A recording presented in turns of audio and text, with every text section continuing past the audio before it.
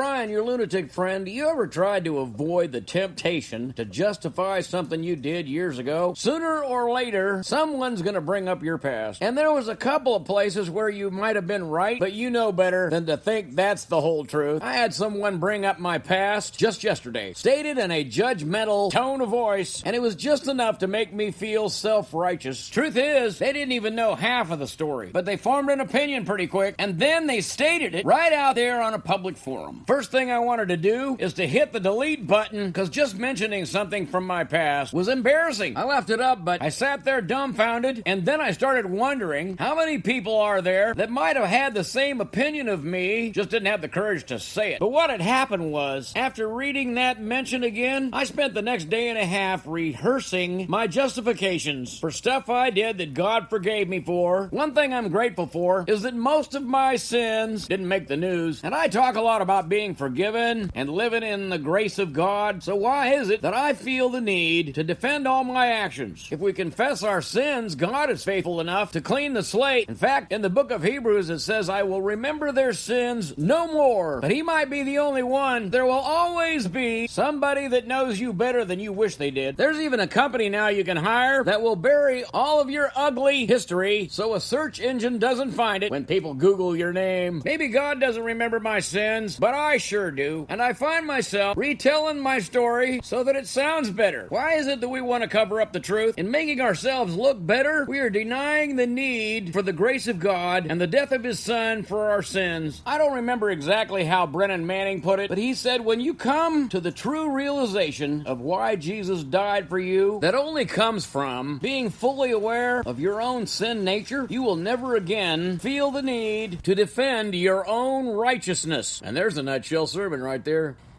I hope this little nutshell encourages you to spend less time rehashing stuff you can't do anything about. These little micro sermons are always free, and I never really take up an offering. You can encourage me in my antagonistic devotions by going to nutshellsermons.com/support.